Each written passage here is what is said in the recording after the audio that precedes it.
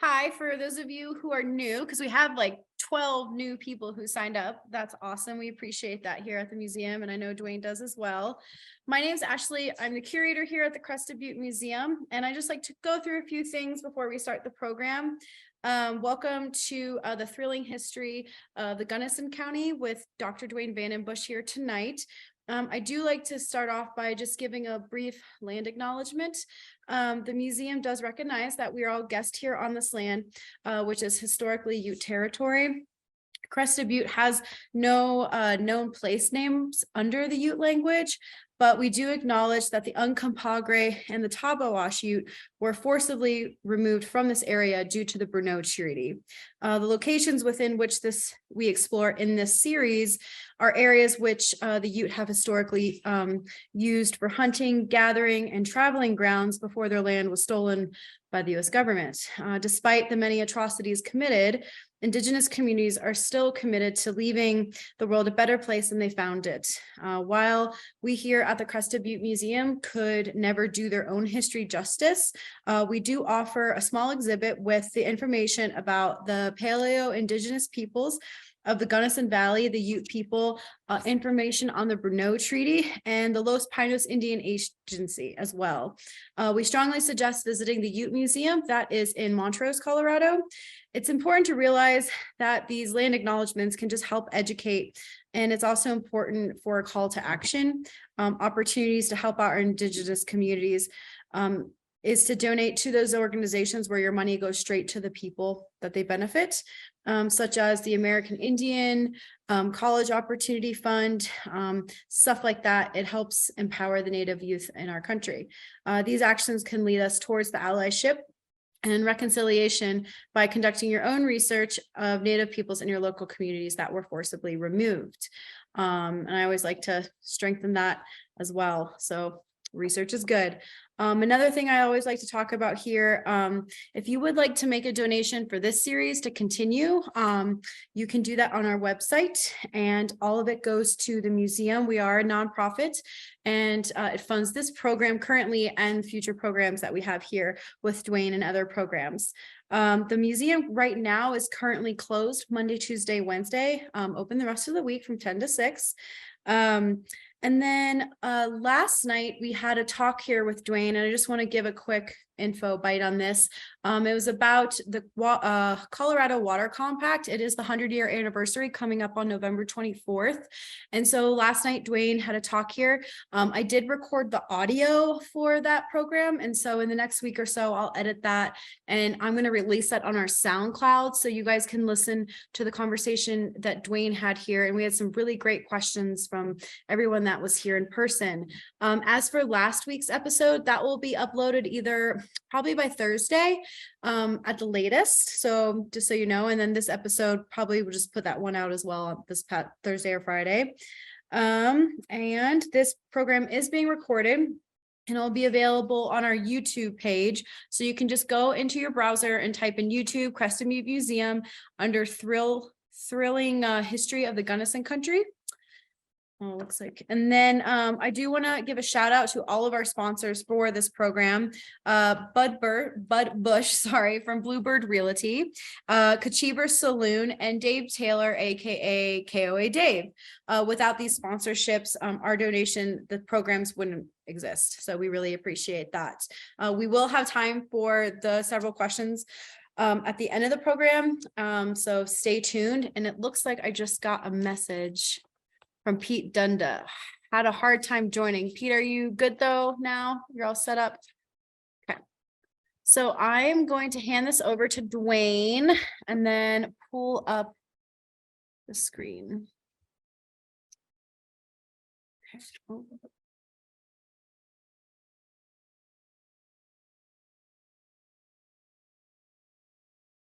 Okay. Here we go. Okay, well, thank you very much, everybody, for tuning in. We really appreciate it. I wanted to mention a couple of things before we get started tonight. Number one, the topic next week will be the number one topic in the West and in Colorado, probably for the last 30 or 40 years, and that's water. And it's pretty exciting, I think. Secondly, we will have 2 trivia questions at the end, and I'll put the book up on the screen here. Around the Gunnison Country will be the prize this week. And just to let everybody know, yours truly is a great Green Bay Packer fan, and I'll be in Green Bay, Wisconsin at Lambeau Field this Thursday night watching the Packers. Hopefully they can do as well as they did against the Dallas Cowboys on Sunday. It hadn't been a great year. So here we go. Tonight's topic are the great silver camps of the Gunnison Country. And I'm going to start with a little background and history prior to the great silver camps. So we're going to go back to 1849 and the California Gold Rush. In that year, along the banks of the American River, a big strike was made at a place called Sutter's Fort. 100,000 Argonauts were on the way to California. And this was one of the great authentic gold strikes in history anywhere. It was all placer mining all the streams of the American River and all the adjoining streams that ran into it. Billions of dollars came out of the placer mining in one decade. The big decade was 1849 to 1860. And the California Gold Rush made California a state. It advertised the West, and it created 3 great towns: San Francisco, Sacramento, and Stockton. 10 years later, 2 big strikes came a little to the east. One of them was just a short distance to the east, and this one was on the eastern side of the Sierra Nevada mountains, and that was where Reno and Virginia City sprang up. The richest silver strike ever was the Comstock Lode, 1859, with $500 million worth of silver coming out of that area when silver was selling at $1 an ounce. Just imagine today it's selling at $18 an ounce. So times it, 18 times 500 million. By today's prices, it would be 9 billion. At the same time the Comstock Lode was opening up, Colorado opened up. At that time, it was Kansas territory, 1859, and the rush of the 59ers. And 2 parties were the parties that led people in. One was led by William Russell, a Georgia miner who came in 1858, went out by Dry Creek, panned out about $300 worth of gold, and then worked his way along the Platte River up into South Park, where they spent the rest of the summer. Also in 1858 coming in was John Easter and a party from Lawrence, Kansas. They went into the Pikes Peak area and really found nothing. They didn't know it, but even though you didn't have any ravines in the area, they were sitting on top of the 2nd greatest gold area in the world. And that was Cripple Creek Victor, but that wouldn't open up for another 20 years. In 1858, late 1858, the Easter and Russell parties got together along Cherry Creek. Cherry Creek was named for the choke cherries that grew alongside of the creek. In 1859, very early, a guy named William Larimer came in. We've all heard of Larimer Street and Larimer Square. And he took over the Kansas party. And then in October of 1859, the Kansas party and the Georgia parties got together. They each had little camps on either side of Cherry Creek, and they merged into a new town they called Denver. And it was named for the governor of Kansas Territory. They figured if they named it for him, they'd probably get a little patronage. Central City, Black Hawk, the little kingdom of Gilpin up Clear Creek Canyon, Breckenridge on the western slope, and California Gulch, soon to be named Leadville, were the authentic great gold areas that existed in Colorado. 100,000 made their way into Colorado to an overrated rush. There really wasn't a whole lot of gold they found out here. And about 10,000 stayed. Others put "busted by God" on their wagon, or "in God we trusted and in Kansas we busted" as they headed back. The greatest gold area of them all was not found in 1859. It wouldn't be found until about 30 years later. And that was Cripple Creek and Victor, 20 miles west of Pikes Peak. An extinct volcano, no ravines, didn't look like a gold area. And it really was. The placer mining decade existed in Colorado in the 1860s. It was also called gold panning, and it involved free gold, shot, wire, grain, flour, dust, and nugget. You got it out of the streams. It was pure gold. You put it in your saddlebags and rode away. It needed no smelting, pure gold. By the mid-1870s, the placer mining era was over and streams were panned out. But then came another and a bigger and a larger rush in the Rocky Mountains and into the Gunnison Country. Miners began to follow the Colorado mineral belt, 250 miles long and 50 miles wide in a southwesterly direction. Ran from Caribou near Boulder in the north, all the way down to Silverton in the southwest. Every precious metal mining area in Colorado was in that belt, with one exception, and that was Cripple Creek. So in the belt, Caribou, Nederland, Blackhawk, Central City, Silver Plume, Georgetown, Aspen, Breckenridge, Leadville, Creed, Silverton, Ouray, Telluride, all in the belt. And of course, in the middle of the belt was the Gunnison Country. Surely great riches were there waiting to be found. A series of 4 Indian treaties moved the Utes out of Colorado now. 1863, they're out of the San Luis Valley. 1868, they're west of the 107th meridian, and the Los Pinos Indian Agency existed near Cochitope Pass, and a cow camp existed right where the 13th green is at the Dos Rios Golf Course today. And then in 1873, the Bruneau Treaty moved them out of the San Juan. And finally, in 1880, a final treaty moved the Utes out of Colorado completely and into Utah, with the exception of the southern Utes down around Mancos and Ignacio and Pagosa Springs. And that opened the Gunnison Country for miners to come in. And by 1879 and 1880, 25 to 40,000 did come in, flocking in, looking for a gold under every rock. There was one problem, however, and that was that lode mining rather than placer mining was now the order of the day. There was a lot of ore to be found, but it was deep in the bowels of the earth. The day of the individual miner was over. Big companies now came in. One now needed more money, more men, and a lot more technology to get to the minerals. So these big companies ran shafts about 500 feet deep. And then every 100 feet down below, they had tunnels. It was kind of like tic-tac-toe. And whenever a tunnel ran into a vein, or luckily the mother lode, then you began to mine. And they used to say that $200 to the ton was good gold. And what that meant was gold sold at that time at $20 an ounce. So you bring 1 ton of muck and rock and debris from 500 feet down in the bowels of the earth up to the top. And somewhere in that 1 ton were 10 ounces of gold times $20 an ounce equal $200 to the ton. If you had that, that was pretty good gold. The other problem that the people in Colorado now have was the complexity of the gold. A metallurgist report of 1863 had declared the following, and I'm quoting, "Colorado has the toughest ore in the nation to reduce. Its gold is found nearly always associated with iron and copper. Its silver is in a majority of cases carried in lead and zinc ores with a mixture of antimony and arsenic. Were only 1 or 2 of these present, the difficulties would not be so great.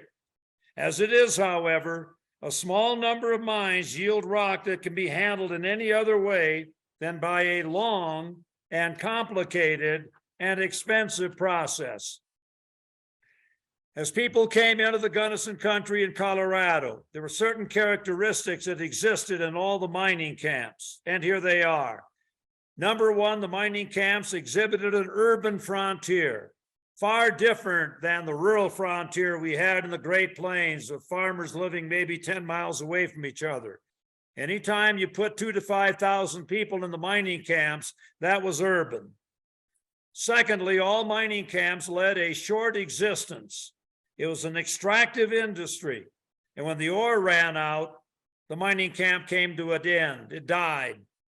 Thirdly, the mining camps all created residue. And that meant nearby towns that did not have all their eggs in one basket like the mining camps did. They were railroad towns, supply towns, smelter towns like Gunnison and Crested Butte in the Gunnison Country.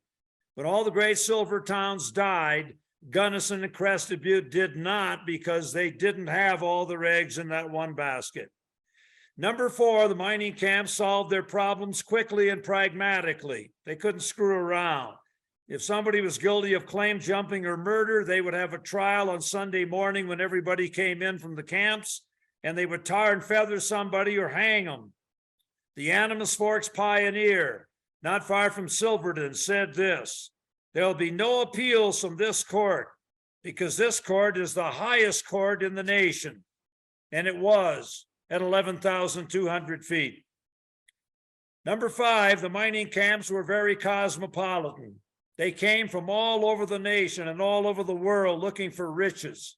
They spoke 17, 18 different languages. They had different customs and cultures, tremendously diverse. And finally, the mining camps were very intolerant towards certain groups of people. They did not like Indians. Who do these people think they were, owning land on which miners wanted to mine? They didn't like Mexicans for the same reason, considered them lower than the Anglos. They didn't like Mormons because of polygamy. Miners had to pay maybe 25 or 50 cents to engage in an evening with a prostitute, and in came a Mormon with 4 wives. It didn't seem fair. And they didn't like Orientals, because when Orientals came into a mining camp, that meant that the mining camp was going downhill, because these people could work for less money, and it was still a lot more money than they had made in China or Japan. Black people, interestingly enough, were accepted. When the rich gold, silver and gold strikes were made in Leadville and Aspen and Breckenridge on one side of the Gunnison Country, and then the San Juan, Telluride, Uray, and Silverton on the other side, many became convinced that the mysterious Gunnison Country would be another great mining region. By the late 1870s, thousands flocked in over Cochetope Pass, Cottonwood Pass, Monarch Pass, Marshall Pass, and East Maroon Pass, 25 to 40,000. Today, we got 17,000 people living in Gunnison County. There was almost triple the population that came in 140 years ago. They came by stage or with their own wagons early. Barlow and Sanderson was the main stage company and was held in high regard, just like Ben Holliday's line had been earlier in the history of the West. Some came in with 4-horse teams pulling a wagon with all their possessions. Some rode in on a single horse or a mule, and some just walked.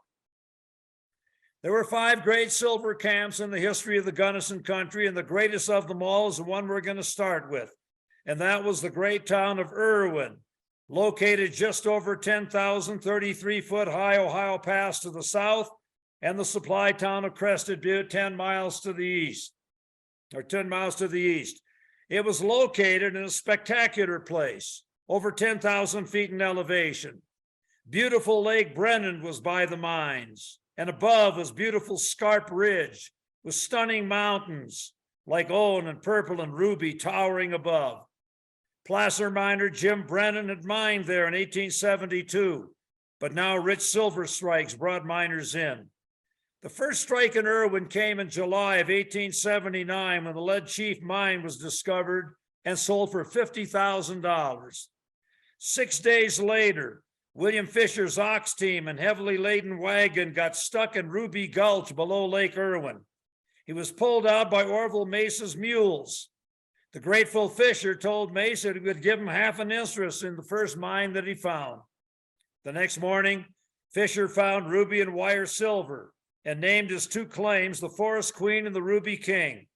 Mace was given his choice of either one. He took the Ruby King, which he sold within a month for $100,000. Fisher sold his Forest Queen for $50,000.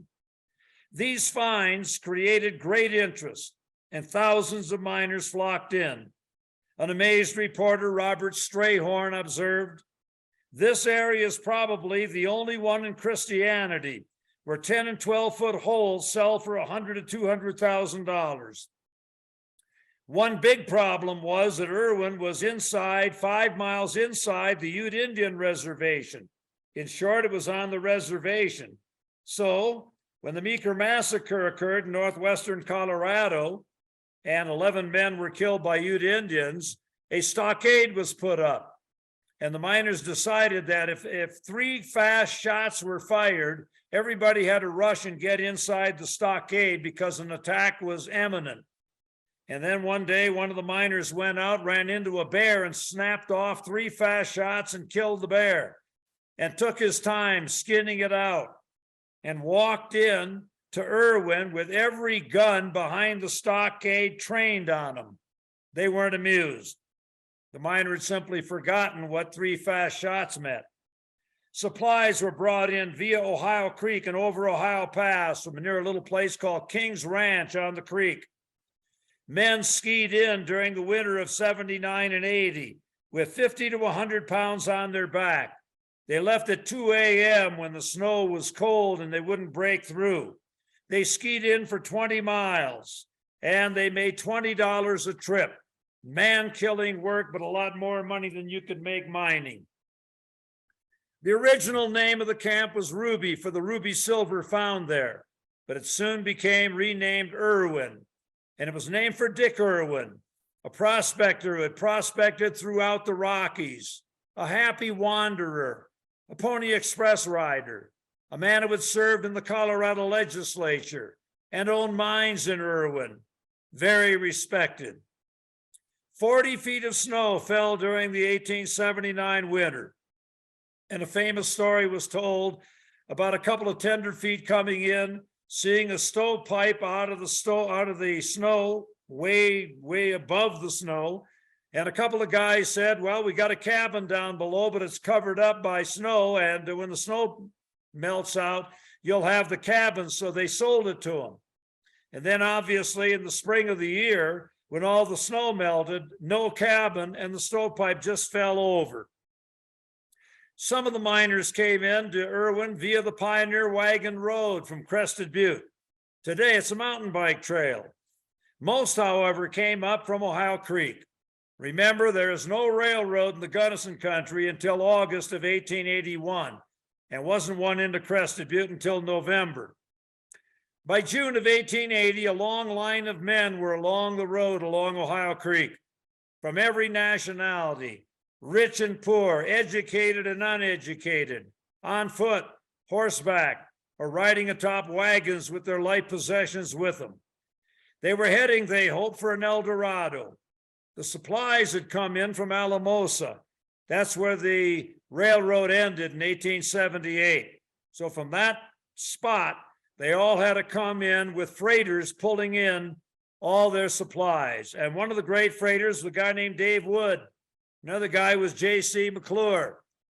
David Wood, when accosted by a young woman in the Gunnison Country in 1880, the young woman said, "Sir, you've been in these parts very long." And Dave Wood eyed her with contemptuous disdain and said, "Madam, I haul these damn mountains in here."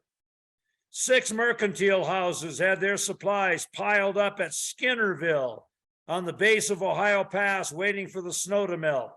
Skinner was a big merchandise owner. Johnny Phillips from Rosita in the Wet Mountain Valley came to Irwin and started the Elk Mountain Pilot newspaper, first one in the area. The first copy came out on June the 17th, and it was auctioned off by a man standing on a whiskey barrel for $56. Coming into Irwin in 1880 was the famous New York newspaper writer and reporter Nellie Bly, who had been around the world in 80 days, duplicating the original Around the World in 80 Days. She was there to write up a story about a great mining camp. And Johnny Phillips and a bunch of friends took her out on skis to show her the camp. And Nellie Bly, not being accustomed to being on skis, upset in the snow, head down, feet straight up in the air. When they got her turned up, everybody was laughing. And Nellie Bly wasn't amused by being laughed at by a bunch of damn hicks. And she pointed her finger under Johnny Phillips' nose and she said, "Sir, it's pretty obvious to me that you are no gentleman." Johnny Phillips was equal to the task. He said, "Madam, after seeing you with your feet straight up in the air, it is also obvious to us that you are no gentleman." By the summer of 1880, Irwin was booming far beyond anybody's imagination. Harry Cornwall's memoir, 100 pages. He was a mining engineer in Irwin. Declared that the population in the Gulch and the surrounding area was 5,000 people. He said this: there were storekeepers, saloon keepers, gamblers. I have never seen a camp where money was so plentiful. Everybody had a large roll. Money came in so fast that we thought it was the easiest thing in the world. As I expressed myself back east then, any fool can make $1 million in Colorado in 2 years and not half try. Harry would choke on those words 2 years later when the boom busted. There's the pretentious Hotel Belmont, 2 stories high in Irwin. Irwin had a post office, a bank, 529 houses, some 2 stories high, lots selling for $5,000, 23 saloons, 7 dance halls, and many houses of prostitution, with ladies of the evening sprouting certain names like Timberline Kate, she of the receding hairline, Sagebrush Annie, unkept hair, and a lady with a foul disposition called Kitty the Bitch. Rich investors flocked in: U.S. Grant, John Jacob Astor, Baron Rothschild, Pierre DuPont, William Vanderbilt, and Horace Tabor. And they all stayed at the 3-story and fancy Windsor Hotel. Irwin now had 5 general stores, 6 sawmills, and a sampling works. Flour sold at $20 100 pounds. Hay was $100 a ton, and canned goods were $1 a can. John Packard's Jerusalem Express, a pack train of burros over Ohio Pass, carried in $90,000 worth of supplies into Irwin during the spring of 1880. Irwin had a reputation as a wide open town. And there you can see all the high frame buildings in Irwin at its peak in 1880, right along the main drag. 2 bands played at each end of Main Street in Irwin in an effort to draw miners to their saloons. Tom Forehand, an early miner, declared, and I quote, "They drank down glasses of the foulest liquor ever." Every saloon was a gambling hall, and all were crowded nightly. Keno, roulette, craps, stud poker, faro games ran all night. A theater holding 600 people gave nightly performances. They had a male club called the Irwin Club, 100 prominent men. Some of the guests: Teddy Roosevelt, Wild Bill Hickok, Governor John Rout. Very early, some of the women in the camp heard about drinking and gambling and maybe ladies of the evening there, so their husbands threw a ball to show the ladies that nothing illegitimate was going on. It was so successful that they threw another ball. But this one, the bachelors in town didn't appreciate, and they sprinkled cow itch on the floor. And as people danced, they got that itch all over them, and everybody went home very early, with the women now more suspicious than ever that something bad was going on. Ex-President U.S. Grant visited Irwin in 1880, and he barely avoided an assassination attempt by Southern miners in the camp. Mayor Ed Travers, even though a Confederate veteran, stopped the attempt, even though he said, "I would be pleased to see the vile wretch who had brought so many tears, so much grief and woe to the land killed." In 1882, the Presbyterian Church was built in Irwin, 40 feet by 60, seating 350, famous as the highest church in Colorado. Great minds now turned out silver. The Forest Queen, the Ruby King, the Bullion King were among the best, with the Queen turning out over $1 million, worth about 18 million by today's prices. The Irwin boom peaked around 1882. By then, many miners were leaving, and Johnny Phillips took his Elk Mountain potta to Crested Butte. By 1885, geologist Arthur Lakes had visited Irwin and declared, and I quote, "Here are painful relics of the former overrated boom. Stamp mills are silent, frame houses and stores deserted or fallen in. The once booming camp is now but a small village." The reasons for the demise of Irwin were many. Number one, James B. Grant, the great mining man from Leadville, came in to look it over, and he said that all the veins had knife blade seams. In other words, the veins of ore were very thin. Secondly, the failure of the Denver, South Park, and Pacific Railroad to get there. Thirdly, the weather, which made travel and transportation tough.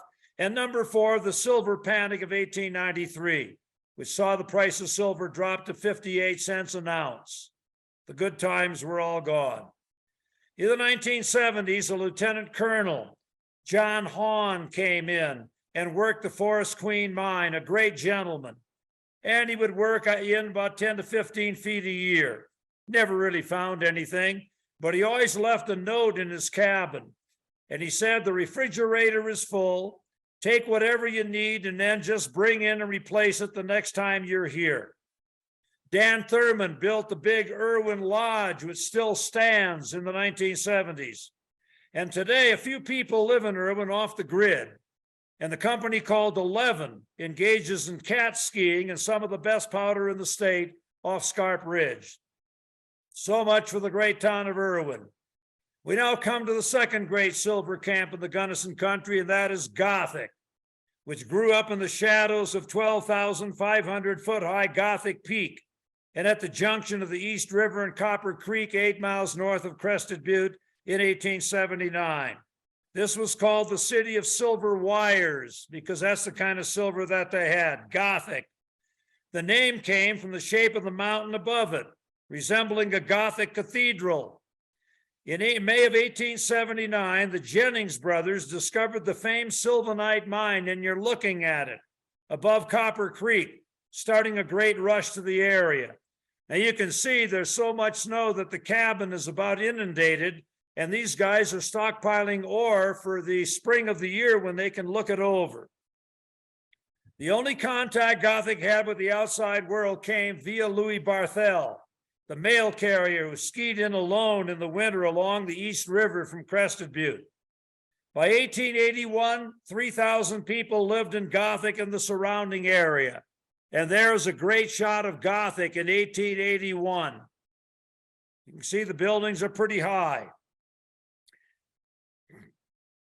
It became a stopping point for 500 Rocky Mountain canaries bringing ore from the number one silver town in the world, Aspen, over East Maroon Pass to a railhead at Crested Butte. Now, Rocky Mountain canaries are burros, and each one had 200 pounds of ore on its back as it came from Aspen over East Maroon Pass to Gothic and then Crested Butte. And they were called Rocky Mountain Canaries because if they were overloaded, they would sit down and emit a shrill whistle, which reminded miners of a canary. Then on the return trip, supplies would be brought from Crested Butte through Gothic, again over East Maroon Pass at 11,800 feet, down Maroon Creek and back into Aspen. The 3-story Gothic Hotel, you're looking at it, was built in 1880. Joining the 2-story Olds Hotel, built a year earlier. Gothic got a newspaper, the Elk Mountain Bonanza, in 1880, one of the 3 papers it eventually got. Roads ran out of Gothic in every direction. One went north to Schofield, past the Devil's Punch Bowls, and into Crystal and Marble. Another ran east over East Maroon Pass to Aspen, and a final one ran south into Crested Butte. Gothic soon had 5 law firms, 4 grocery stores, 2 merchandise stores, a bank, saloons, gambling houses. And there is some of the silver that came out of Gothic and that was smelted in a smelter, ready to go to some of the people who used it. With great minds, Gothic's future seemed secure. Every Sunday, there were foot races. In one sensational foot race, Gothic had a runner who had never been beaten. And people from Crested Butte got to him and they paid him a lot of money to throw the next race. When people in Gothic found out about this before the race, they told the runner, "You lose, you die." That guy won the race. And anybody who had a quarrel duked it out with a fist fight right on Main Street in Gothic on Sunday morning. However, the same problems that plagued Irwin brought Gothic to its knees. Low-grade ore, silver panic, no railroad, and weather brought the great mining camp down. In 1928, John C. Johnson ofGunnison's and Western State College started the Rocky Mountain Biological Laboratory, one of the great scientific laboratories in the West, still operating today, studying climate change in particular. Got a $2 million grant now to kind of study the weather and find out about what climate change really does. Garwood Judd, you're looking at him, who came in 1880, was the man who stayed. He came in 1880 and died in 1930, 50 years in Gothic, the unofficial mayor. The Fox Film Company had a two-reel documentary on him, The Man Who Stayed. Today, a legendary figure, Billy Barr, is still there. He came in 1973. This year will be his 50th year. And he's got all the weather records that are now invaluable and used by the government as part of that $2 million grant that they have. That's it for Gothic. Now we come to the third great silver camp, and you're looking at it. And that's the great one called Pitkin at 9,200 feet in elevation, surrounded by high mountains, bubbling hot springs at Juanita, and great stands of timber. The great silver mining town of Gothic sprang up along Quartz Creek, 28 miles northeast of Gunnison in 1879. The original name was Quartzville, but the mining camp was soon renamed after the governor of Colorado, Frederick Pitkin. The area had been extensively placer mined in the 1860s and involved a fascinating story about one of those placer miners, Karl Warensky. And here's the story, a true story. Warensky grew up in Poland. In 1862, he was aboard a Russian ship working on the Russian ship in San Francisco when he deserted. He made his way to Denver, joined 8 other miners, and then came to the Gunnison Country, and in the shadows of Tomichi Dome and what would later on be Pitkin, the men panned out $50,000, placer mining. Put that gold in a box and buried it under an overhanging rock 100 rods from their camp. And they did that because the Indians were becoming sullen and dangerous. And about a week later, they attacked. 8 of the 9 miners were killed. Warensky, hitting in a cleft of rocks, avoided dying, traveled by night out of Armstrong Gulch, crossed the Continental Divide, met other miners in Denver, returned, found the dead 8, found the gold intact, but didn't tell the other miners because they hadn't been part of finding it. He got back to Denver, found out his father had died, and his mother and his sister were living in poverty in Poland. Came back, arrested there as a deserter, sent to a Siberian labor camp until 1880 when he escaped, and ultimately returned to Quartz Creek to find the gold again. But nothing looked the same. 18 years had passed. Pitkin was booming with 3,000 or 4,000 people. Trees had been cut down, and he about ready to give up until he met a man named Dutch Henry Scherenbeck, who had also placer mined back in the old days. And with Scherenbeck leading the way, he found the $50,000, gave Dutch Henry $1,000, took out a 20-year subscription to the Pitkin Miner newspaper, and left never to return. In 1879, men from Lake City came into the Pitkin area following the mineral belt. They found ore, and then created a rush in 1880 with great mines like the Fairview, the Silent Friend, the Silver Islet, all booming. From a tent city in 1880, 2,000 were in the area by the summer, with 186 buildings, 4 hotels, 12 saloons, a bank, and a jail. And there you're looking at Irwin from the south in 1880. And on the left side of the photograph in the middle, that is a 10 stamp mill. By 1881, optimism was high with great minds. The Denver, South Park, and Pacific Railroad en route through the Alpine Tunnel, and freight wagons coming in daily. The population jumped to 4,000, and the Pitkin Hotel, still there today, was built. And then a real tragedy. A Negro worker on the South Park Railroad killed another Negro worker over a gambling debt. Escaped to Buena Vista, was captured. Thomas Coleman was brought into Gunnison, tried, convicted of murder, and on December the 17th, 1881, was hung right near the courthouse, the only legal hanging in Gunnison. There you get a good look in 1908 of the baseball diamond in Pitkin, and they even got some stands. Coleman's body was stored in a shed for the winter till they could bury him in the spring. And one man was quoted and said this: "It is told on good authority that every time a gang of citizens got drunk, they would go out and chip pieces of the frozen Negro for souvenirs. And I do not doubt it, knowing the type of citizens we had then." The Roosevelt mine and a 10-stamp mill existed along Quartz Creek, just south of Pitkin, powered by water power. And there it is, there's the 10-stamp mill, and you can see the tunnel there, or the pipe running water in and powering the mill. By 1884, the good times were all gone. Ore proved to be low grade, price of silver dropped, fire in 1883 devastated the town.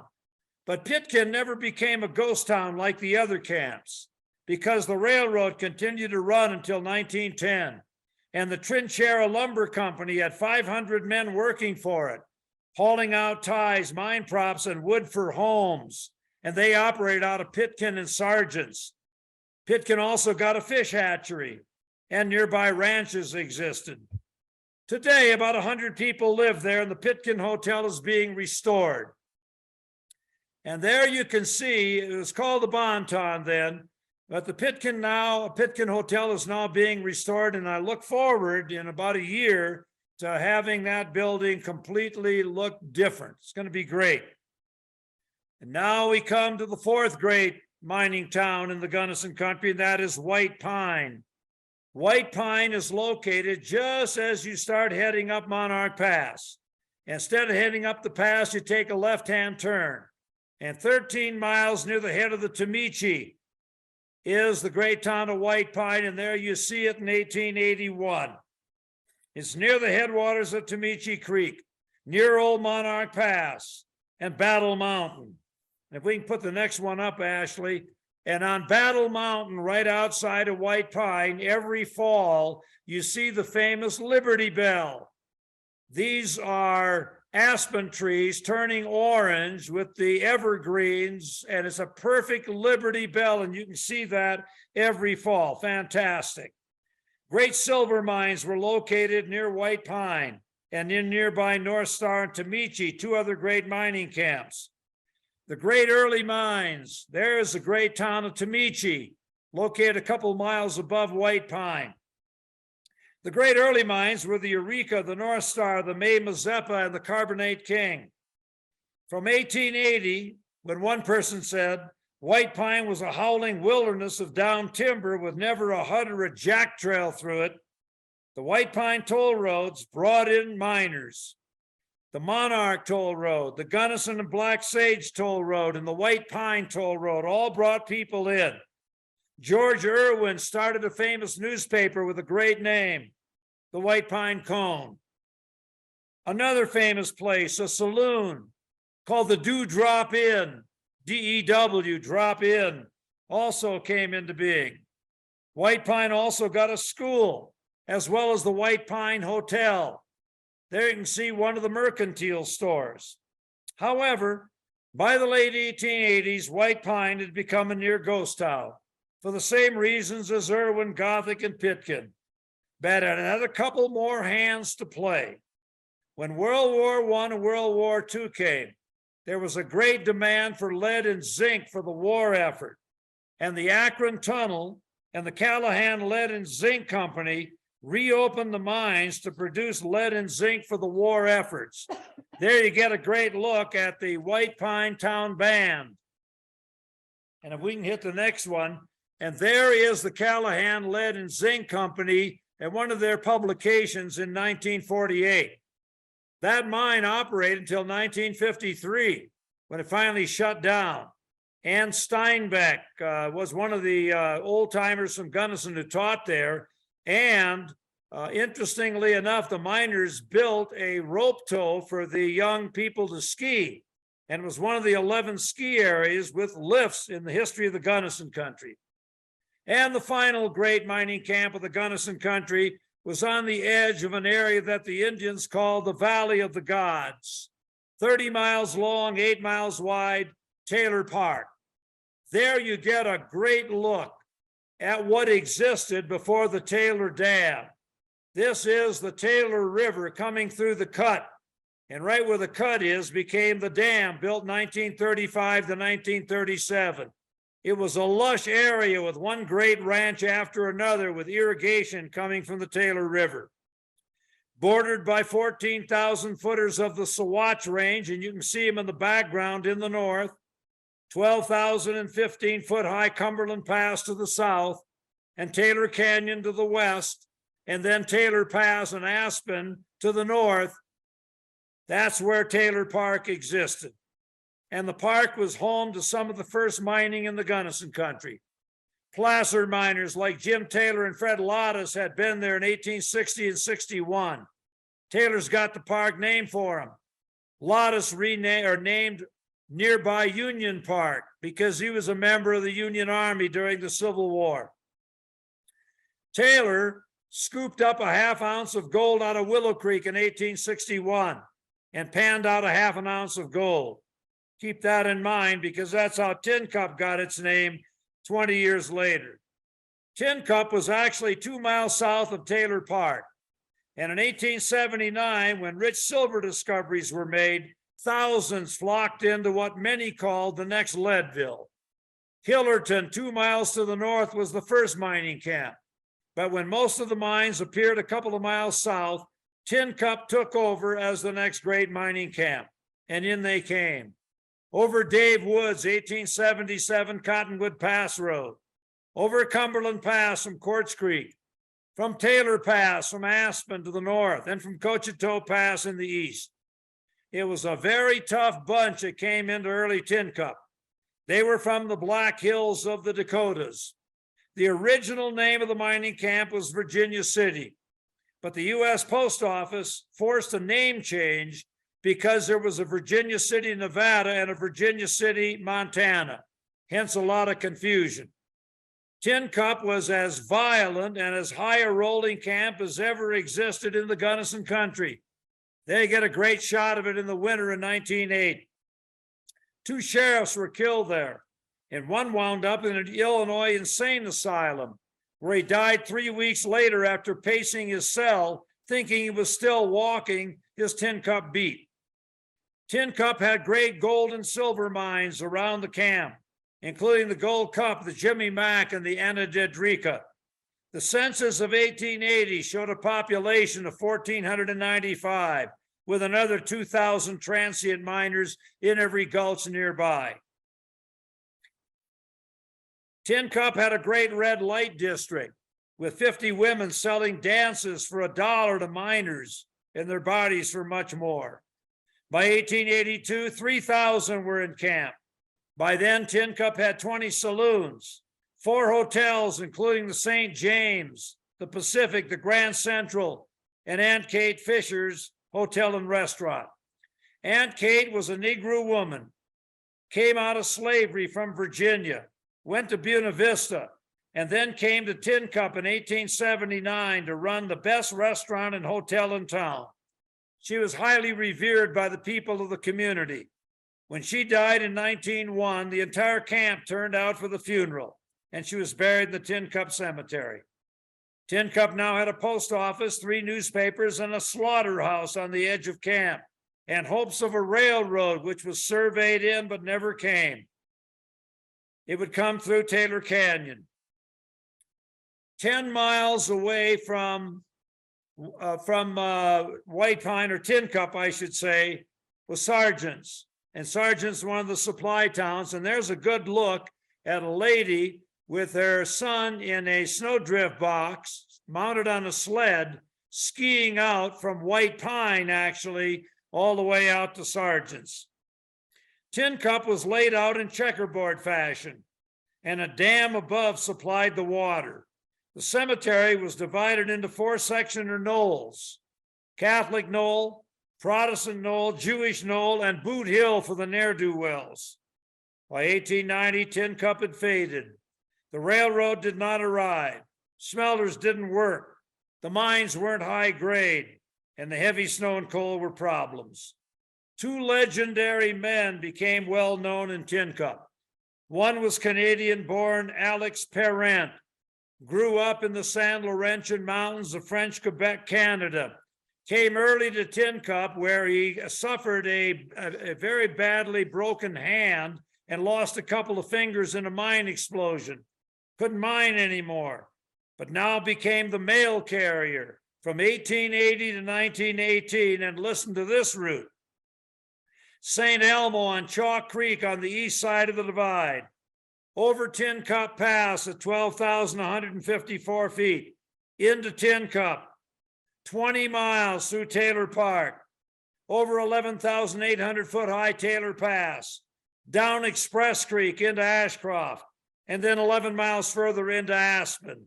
Winter and summer, winter on skis, summer on horseback, carrying the mail for 38 years. And then there was Uli Shear, a bootlegger who produced illegal liquor for the people in Tin Cup and Taylor Park. Arrested one time, he was asked by the sheriff, "Is this your liquor?" And Uli said, "Don't know unless I try it." He always put illegal liquor in a rotten stump on Red Mountain Creek. And when anybody wanted liquor, they would put up a white flag. And then Uli would drop the liquor into Red Mountain Creek, into that rotten stump, and the guys would come in and get the liquor. A few years ago, when Diane Muller of the Crested Butte Ski Area was looking for a new name for the lift below the one that ran, I'm trying to remember the name of it, that ran about halfway down, I gave her the name of Uli. And today it's Uli's Cabin at the Crested Butte Ski Area. Uli Shear always allowed himself to get arrested when winter came on so he could get 3 good meals and have a warm bed in the jail. Another legendary figure was Carl Foster. In 1978, when I was working on my book on the Gunnison Country, I got a letter from Chatham, Massachusetts from Carl Foster. And he said it was a mining engineer at the Enterprise Mine from 1908 to 1914, north end of Taylor Park. Heard you were working on a book. Here are 100 photographs. Hope you can use them. Later on, about 4 or 5 years later, when they put an interpretive sign at Dorchester near the Enterprise Mine, I gave them the photos and the information.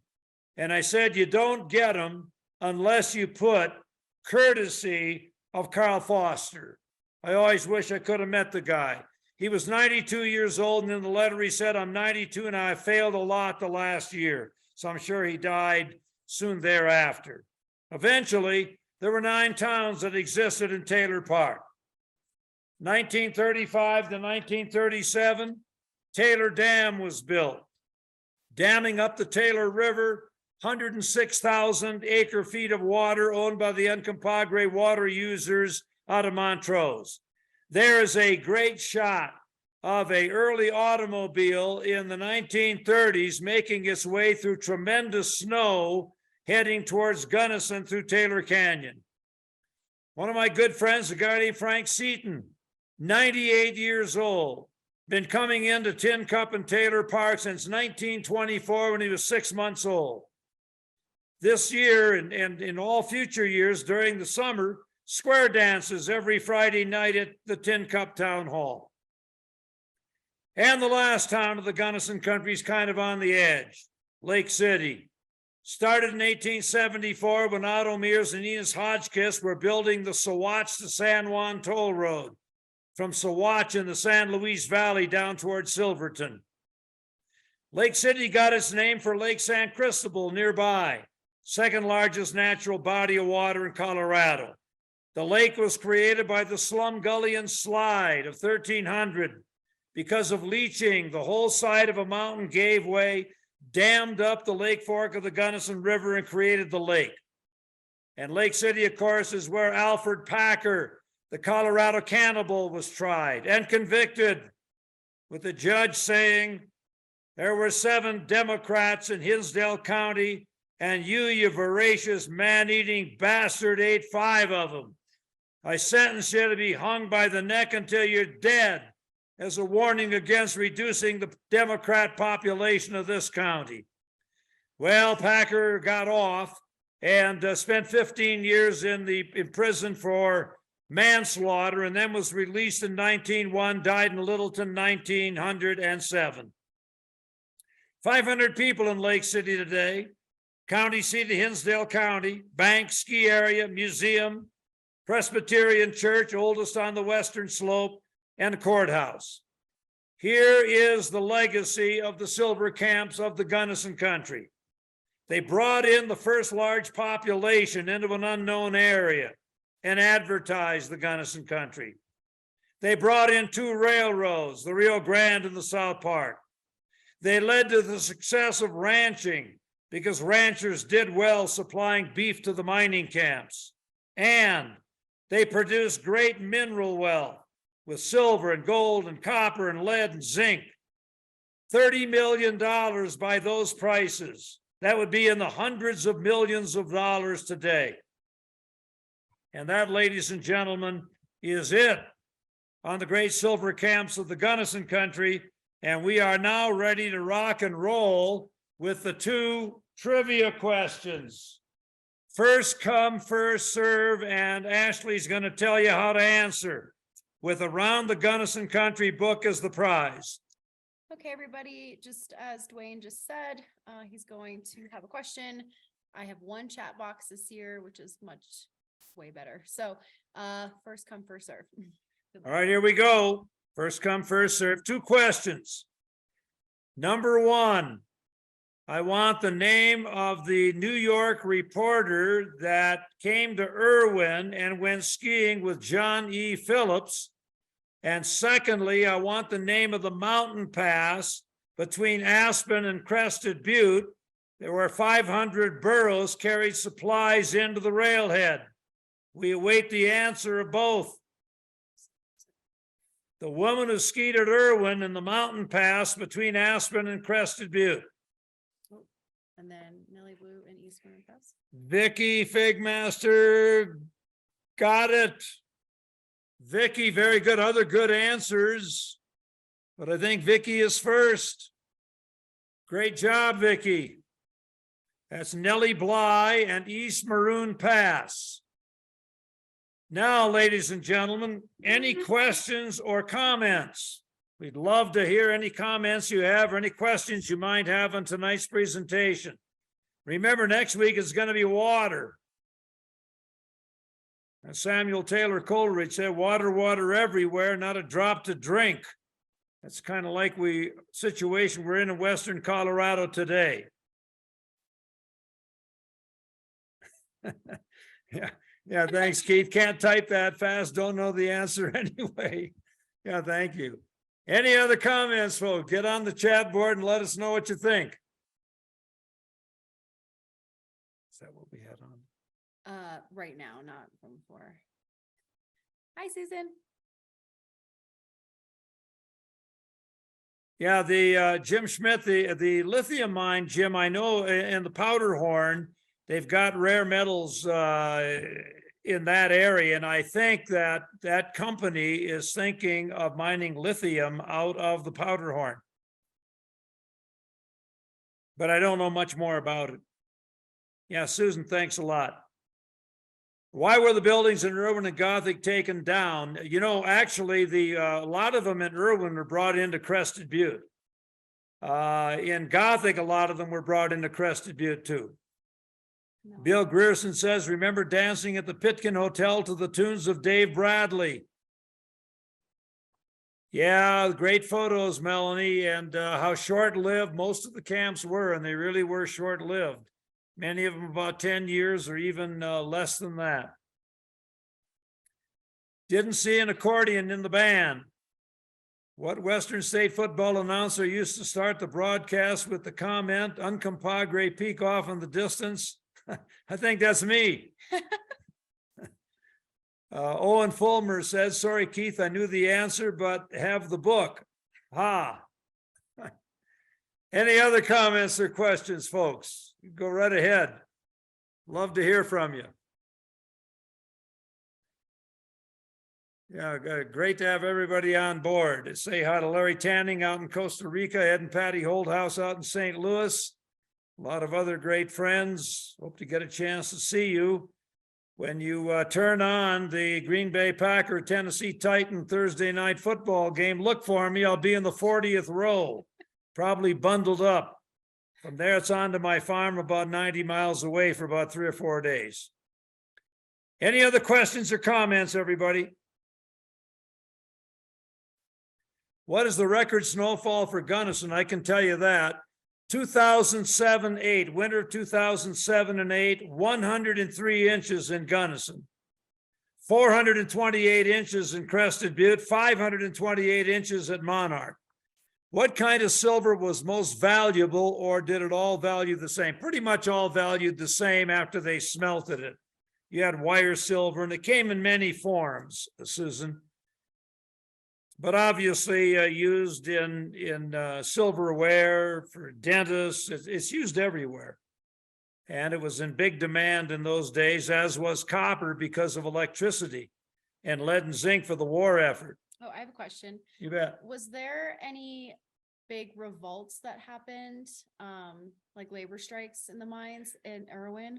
Not in the silver mine. The question, any strikes. Now, there were big strikes in the coal mines of Crested Butte, but never in the silver mines. What exactly is cow itch? All I know, it was itching powder. I don't know why they called it cow itch, but they sprinkled it on the floor. And then when people danced, you know, they started to sweat a little bit, and the women got very suspicious. You should mention the polka with Pete Dunda. Yeah, you know, on December the 28th, we're going to have a great polka here at the museum, Christmas polka, and Pete Dunda is playing. So put that, it's about a month away, a little more than a month away. So Pete Dunda, a great friend of mine, I'll be there. I never miss a polka, and it'll be great fun. Douglas Dart, thank you for the comment. Any other questions, everybody, or comments? Going to give you another 30 seconds or so, and then it's going to be over and out. So thanks, everybody, for being on, and hopefully we'll see you next Tuesday. Water is the topic. Yes. Thank you, Vicki. And Vicki, please email me. And just another thank you to our sponsors, Bud Bush from Bluebird Realty, Kachiver's Saloon, and then KOA Dave. We really, really appreciate your sponsorships for this program. Yeah, Vicki, you need to email your address to Ashley so we can send you the book. And then, yeah, these should be up. I'm going to have last week's and this one's up by the end of the week. So. Yeah, thanks for all your being on, everybody. Appreciate it. Bye.